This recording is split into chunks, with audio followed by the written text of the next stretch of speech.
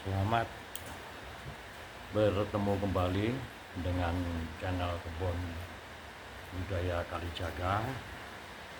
Kali ini saya akan membedah. Kalau kemarin-kemarin lakon wayang atau karakter wayang, saya ingin mencoba menganalisis atau membedah sejarah atau babat, yaitu tentang Haryo Penangsang, yaitu salah satu penguasa atau adipati di Kadipaten Jipang. Kalau saat sekarang ya Jipang itu adalah di wilayah daerah Blora, Jawa Tengah. Haryo Penangsang itu anak dari Pangeran Kingkin atau Pangeran Sekar Sedolepen atau Raden Surowiyoto. Itu anak kedua dari Sultan Trenggono Patah, dari Raden Patah, penguasa Demak Bintoro. Pada saat pulang dari Demak untuk menuju pulang ke Jipang, Raden Kingkin atau Sekar Sedolepen dengan membawa bayi.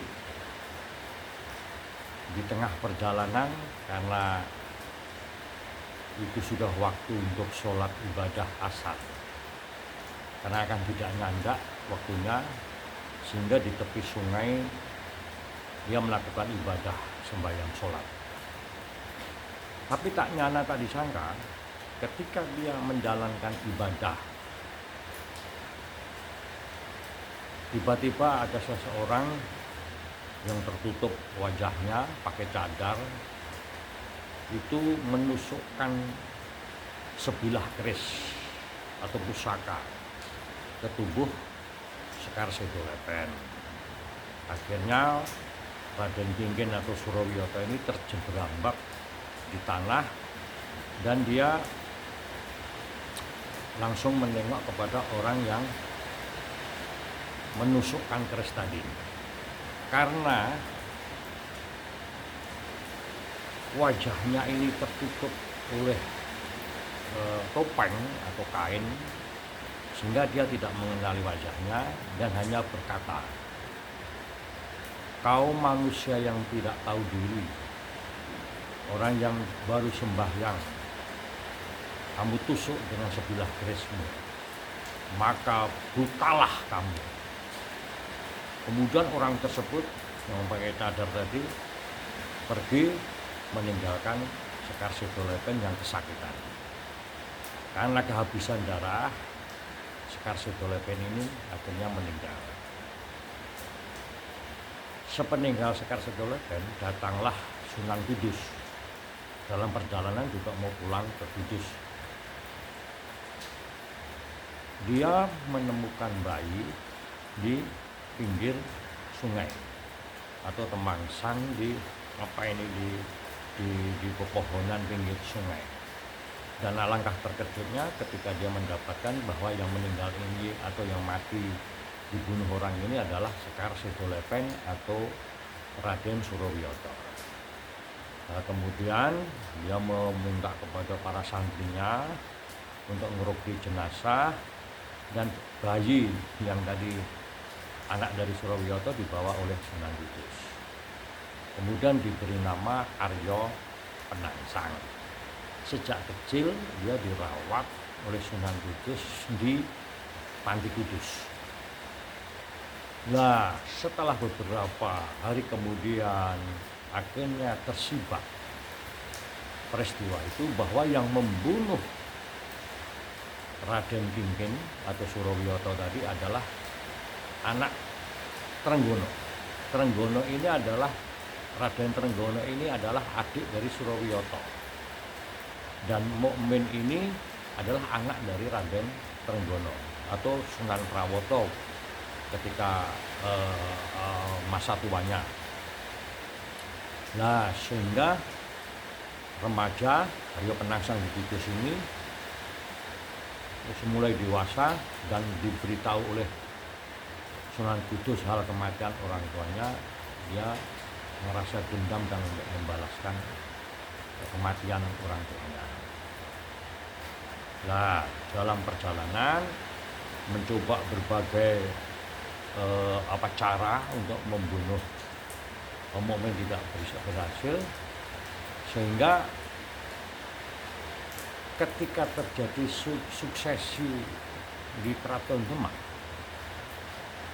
Joko Tingkir atau Mas Karebet ini adalah menantu dari Trenggono. Ini yang mendapatkan tahta dari Demak kemudian dipindah di Pajang. Hal inilah yang membuat Arya Penangsang sakit hati. Karena Arya Penangsang menyadari atau tahu bahwa waris tahta di Demak ini adalah miliknya. Karena dia anak dari Surawiyoto, anak nomor 2. Karena yang anak nomor 1 Dipati Unus, anak dari Raden Pantah ini sudah meninggal tanpa keturunan. Sehingga yang berhak naik tahta, meneruskan tahta dari Demak ini adalah Arya Penangsang. Tapi kenapa malah justru menantu Trenggono? Nah, hal ini yang membuat sakit hati, sehingga dia kepengen menyingkirkan Joko Tingkir yang saat itu sudah menjadi raja di Pajang, yaitu Sultan Hadiwijoyo. Ada berbagai cara untuk membunuh Sultan Hadiwijoyo. Dia mengutus 2 sorenya yang sakti-sakti untuk menyelinap ke Pajang, untuk menuju kamar Sultan Hadiwijoyo, tetapi cara itu tidak berhasil. Kemudian yang kedua, dia mengundang Sultan Hadiwijoyo ke Kudus. Sebenarnya undangan Arya Penangsang ke Kudus ini hanya untuk membunuh Sultan Hadiwijoyo. Nah, kemudian Sultan Hadiwijoyo tahu bahwa dia dipanggil oleh Arya Penangsang ini di dalam rangka untuk balas dendam Arya Penangsang tadi. Sehingga dia ditukai oleh para pengikutnya, Pemanan sama Penjawi yang cerdik, yang cerdas. Kemudian oleh Sunan Kudus, Arya Penangsang diperintah, kalau nanti kamu mau berhasil membunuh Hadiwijoyo, jangan duduki tempat dudukku yang sudah dirajah Kalacakra oleh Sunan Kudus. Lah datanglah Sultan Hadiwijoyo bersama Pemanan Penjawi ke Panti Kudus. Tidak bertemu oleh Sunan Kudus, tetapi yang menemui adalah Arya Penangsang. Kemudian oleh Arya Penangsang, Sultan Hadiwijoyo itu diperintahkan untuk duduk tadi yang sudah dirajah Kalacakra. Sultan Hadiwijoyo mau duduk tetapi penggak atau tidak diperbolehkan oleh Pemanahan, karena itu tempat duduk Sunan Kudus, jadi tidak diperbolehkan. Beberapa kali Arya Penangsang merayu tapi tidak berhasil, sehingga Arya Penangsang sendirilah yang duduk di singgasana Sunan Kudus yang sudah tadi diberi rajah Kalacakra. Terjadi perdebatan di situ, terjadi pertempuran, terus akhirnya sama-sama ngagar keris itu. Yang satu ngagar keris berangkat setan kober milik Arya Penangsang, kemudian yang satu Kiai Cerubuk milik dari Sultan Hadiwijoyo. Dalam pertikaian itu akhirnya Sunan Kudus datang melerai, terus akhirnya Sunan Kudus memerintahkan kepada Hadiwijoyo untuk pulang ke Pajang. Arya Penangsang marah pada Sunan Kudus, kenapa Romo Sunan, saya sudah berada berhadapan langsung dengan Karebet atau Sultan Hadiwijoyo, tinggal saya membunuh kepada dia, kenapa malah yang Romo Sunan itu datang malah melerai. Kemudian Sunan Kudus hanya berkata, kamu akan kalah ketika kamu akan lanjutkan di Panti Kudus ini berperang dengan Sultan Hadiwijoyo. Kenapa? Karena kamu melanggar perintahku, karena kamu duduk di singgasana tempatku duduk yang sudah tak kasih rajah Kalacakra. Arya Penangsang lumpuh, karena dengan duduk di Rajah Kalacakra ini daya kekuatan dari Haryo Penangsang ini sirna. Nah, sehingga untuk menebus semua kekuatannya supaya kembali, Sunan Kudus ini dawuh, kamu harus melakukan topo, tidak makan, tidak minum, tidak tidur, tidak kumpul sama istri selama 40 hari. Harus, kalau kamu pengen memenangkan dari pertarungan dengan Joko Tingkir. Nah, kemudian Rio Penangsang pulang ke Jepang melakukan ritual atau katakanlah laku yang diperintahkan oleh Sunan Kudus tadi. Tapi apa? Setelah 40 hari dia melakukan sesuai dengan perintah Sunan Kudus. Habis 40 hari langsung mengundang para bulu balang pejabat di Kadipaten Jepang, dikumpulkan pesta pora. Wah, makan belah sapi, belah. Kalau di Kudus kan daerah sana nggak boleh belah sapi ya, belah kerbau, kemudian belah pokoknya belah berbagai binatang yang untuk perburuan itu. Kemudian dimakan pesta pora. Nah, dalam pesta pora ini datanglah hulu balang atau pekatik yang telah dipotong oleh kupingnya oleh Sultan Hidayat dengan menyampaikan layang penantang. Ya, Haryo Penangsang marah, meluapkan kemarahannya, semua pesta gitu, porak-porandakan, meja, kursi, pokoknya. Terus akhirnya dengan naik kuda Gagak Rimang menuju kepada tempat yang disampaikan oleh Joko Tingkir atau Karepet untuk bertarung. Tetapi dalam pertarungan itu, Haryo Penangsang tidak menghadapi Joko Tingkir, tetapi menghadapi Danang Sutawijaya, anak Ki Ageng Pemanahan. Nah, dalam pokoknya kesimpulannya akhirnya Haryo Penangsang mati kena senjata Kiai Pleret, tombak yang dibawa oleh Danang Sutawijaya. Karena apa? Karena dia juga melanggar pepali atau katakanlah melanggar dawuh para leluhur. Pokoknya kalau berperang dengan Pajang jangan sampai melompat Bengawan sore. Tetapi karena Gagak Rimang ini kuda jantan, kemudian yang dinaiki oleh Danang Sutawijaya ini betina masa birahi, sehingga Rio Penangsang ini tidak bisa mengendalikan kuda jantannya Gagak Rimang yang kepengen untuk mengawini dari kuda betina yang dinaiki Danang Sutawijaya, sehingga kuda ini langsung menyabrang Bengawan sore. Nah, akhirnya ini mati Haryo Penangsang karena melanggar aturan tadi. Nah, dalam kisah cerita ini saya hanya ingin menyampaikan benar di dalam kacamata seseorang, tapi belum tentu meraih kemenangan.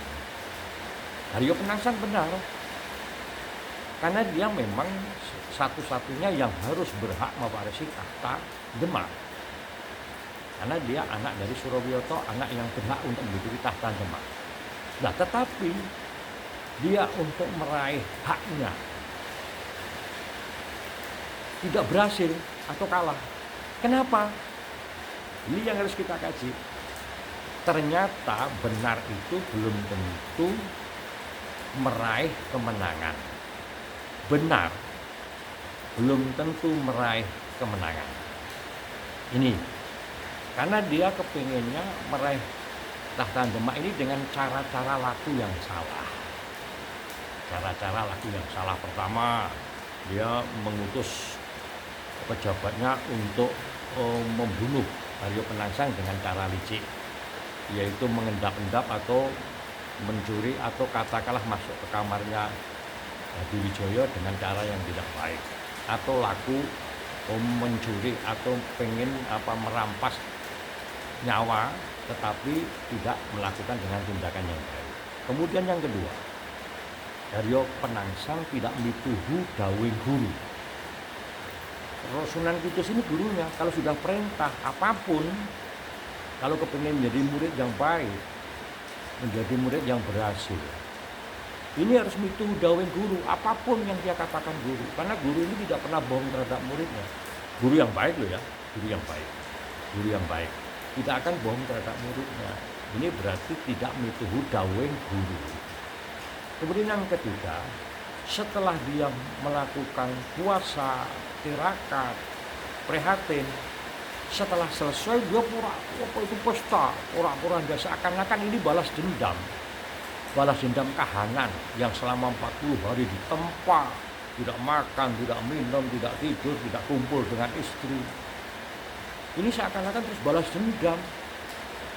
Terus pesta pura, harusnya ketika ini laku ini sudah selesai, harusnya disyukuri dengan dengan sebuah tindakan yang tidak berlebihan.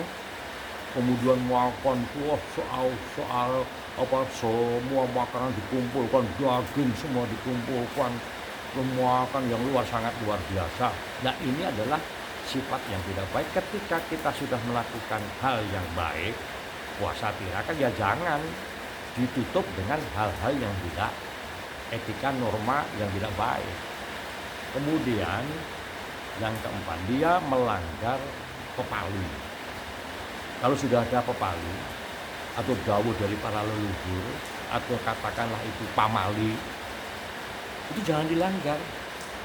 Nah, tetapi Rio Penangsang melanggar dari dawuh ini, dari pepali ini, karena dia menyeberang Bengawan Sore sehingga dia terbunuh dengan Kiai Pleret. Nah, baik teman-teman, para giat budaya, perlu kami sampaikan bahwa ini adalah persepsi kami atau katakanlah bedahan kami, belum tentu sama dengan yang pikiran-pikiran teman-teman yang lainnya. Ini hanya salah satu referensi di mana saya hanya bergarisbawahi satu.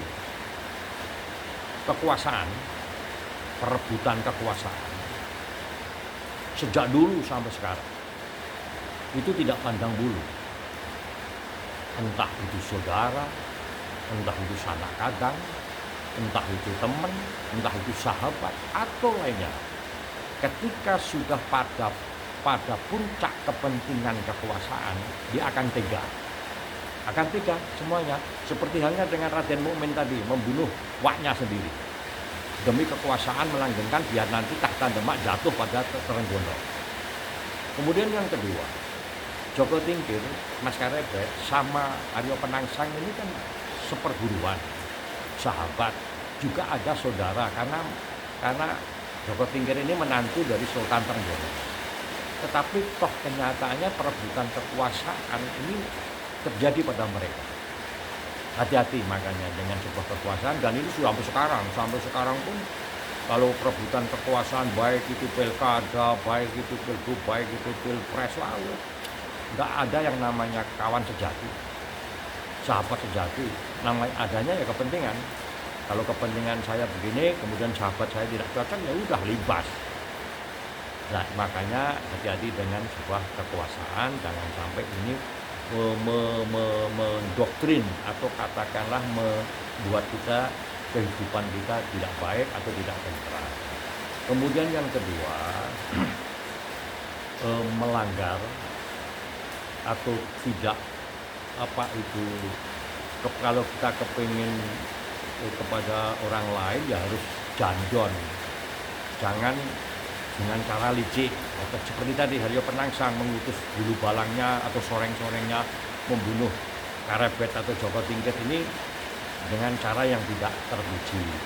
Kemudian yang ketiga, jangan sekali-kali melanggar perintah guru ketika perintah guru ini baik.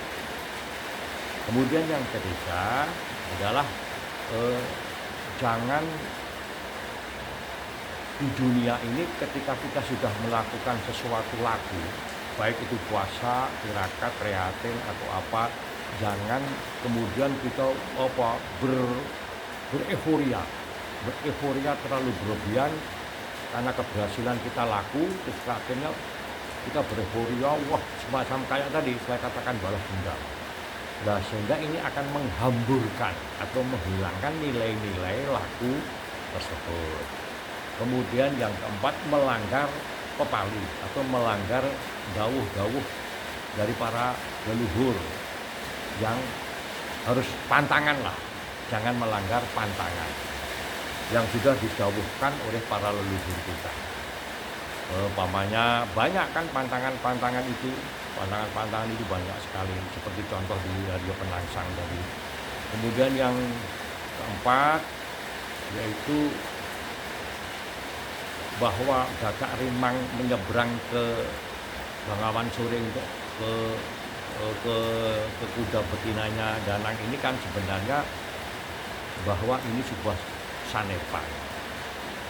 Jangan sekali-kali di dunia ini kita mengumbar hawa nafsu tentang seks. Jadi, jangan mengumbar hawa nafsu tentang seks. Berlakulah seadanya, samadya. Artinya jangan melacurkan diri. Melacurkan diri itu kita pergi ke kompleks, kita pergi ke lokalisasi, kemudian kita kalau wanita menjual harga dirinya di kompleks, di lokalisasi, kalau laki-laki sering ke kompleks atau bahkan mungkin tiap malam atau mungkin tiap malam minggu atau liburan atau mungkin bahkan tiap hari. Ini namanya melacurkan diri. Ketika kita melacurkan diri pasti nanti ada sanksi atau ada sesuatu karma yang kita akan peroleh. Sehingga meskipun Haryo Penangsang dalam konteks saya, dalam konteks pikiran saya, dalam untuk meraih tahta di Demak ini benar. Karena secara yuridis hukum, kekancingan keraton, dia yang berhak untuk menjadi seorang raja di tanah Jawa, khususnya Demak. Tetapi cara untuk meraihnya ini yang salah. Nah, sehingga benar itu belum tentu meraih kemenangan. Demikian Bapak-bapak, teman-teman, saudara-saudara, sahabat, gimana pegiat budaya. Kali ini saya membedahkan sebuah babat atau sejarah dan nanti akan kita berjumpa ganti dengan channel Kebun Budaya Kalijaga. Satu sisi nanti akan kami membedah lakon wayang, kemudian karakter wayang, tapi saya juga akan membedah dalam dunia babat atau sejarah, di mana ini hanya untuk referensi di dalam kita untuk berkehidupan sehari-hari. Demikian, kalau ada yang salah, ada yang kurang, kami mohon maaf. Mudah-mudahan sahabat di mana Anda berada selalu sehat selalu. Salam budaya.